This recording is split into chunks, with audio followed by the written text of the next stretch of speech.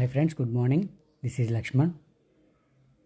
అందరూ నా videos like చేసి కామెంట్ చేసినందుకు I'm very thankful to you. ఇవాళ ఏంటంటే ఆల్రెడీ మీకు లాస్ట్ ఒక ఇమేజెస్ పెట్టాను ఫైర్ సేఫ్టీ గురించి.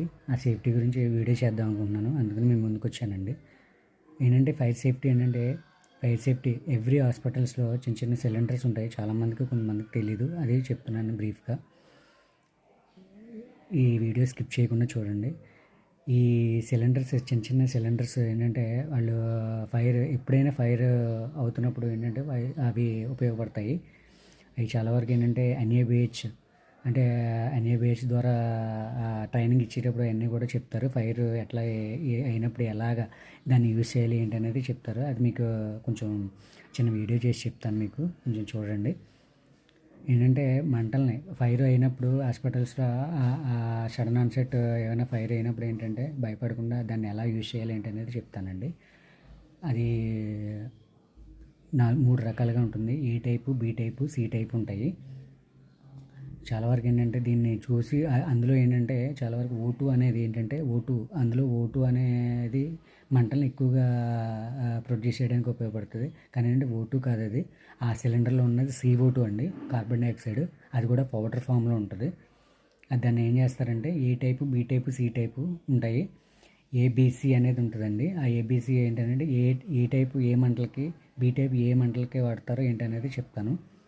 ఏ టైప్ ఏ అనేది ఏంటంటే వుడ్, పేపర్ అంటే చెక్కలు కాలుతున్నప్పుడు కానీ లేకపోతే పేపర్ కాలుతున్నప్పుడు కానీ ఆ ఏ టైప్ సిలిండర్స్ వాడతారండి. బి టైప్ ఏంటంటే ఎక్కువ లిక్విడ్ ఫామ్లో ఉన్న, లిక్విడ్ ఫామ్ అంటే ఏంటి, కిరోసిన్ కానీ పెట్రోల్ కానీ ఇట్లాంటివి అనమాట. ఇవన్నీ కూడా ఈ బి టైప్ సిలిండర్స్ ద్వారా మనం దాన్ని కంట్రోల్ చేయొచ్చండి.